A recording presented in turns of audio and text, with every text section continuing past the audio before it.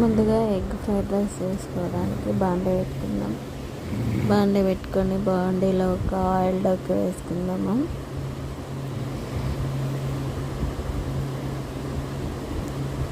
Oil వేడాక గుడ్డు పగలగొట్టి వేసుకొని గుడ్డు ఉడికేంత వరకు అలాగే ఉంచాలి.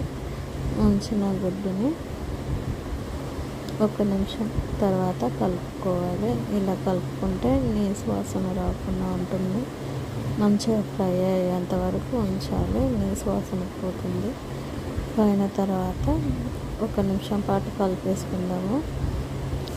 కలుపుకొని ఇలా అయితే అయింది చూడండి. ఫ్రై అయిన ఎగ్లోకి కాస్తంత కారం వేసుకుందాం.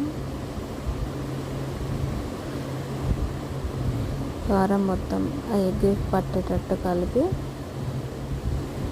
తర్వాత ప్రాసెస్ ఏంటో చెప్తాను చూడండి. సింపుల్ అండ్ ఈజీ మెథడ్లో ఎగ్ ఫ్రైడ్ రైస్.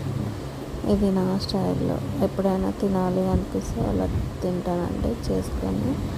ఇన్స్టెంట్గా అయితే ఇలా చేసుకుంటాను. ఎగ్ ఫ్రైడ్ రైస్ వెరైటీ ఉంటుంది, ఏమనుకోకండి. ఎగ్ ఫ్రైడ్ రైస్ అలా కారం మొత్తం పట్టిన తర్వాత చికెన్ మసాలా వేసుకొని బాగా కలుపుకొని రైస్ వేసేసుకోవడమే. ఏం లేదండి, సింపుల్ ట్రిక్.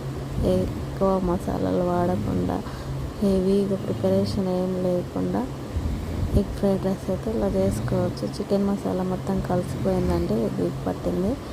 తర్వాత రైస్ వేసుకుందాం. ఇప్పుడు సాల్ట్ మర్చిపోయానండి, లాస్ట్లో వేసుకున్నాను. నేను అన్నం తినేటప్పుడు వేసుకొని తిన్నా సాల్ట్. అయితే అన్నం వేసి ఇలా కలిపేసుకొని ఎగ్ ఫ్రైడ్ రైస్ అయితే ఇలా ఉందండి. నా వీడియోస్ కనుక మీకు నచ్చినట్టు లైక్ చేయండి, షేర్ చేయండి. Thanks for watching.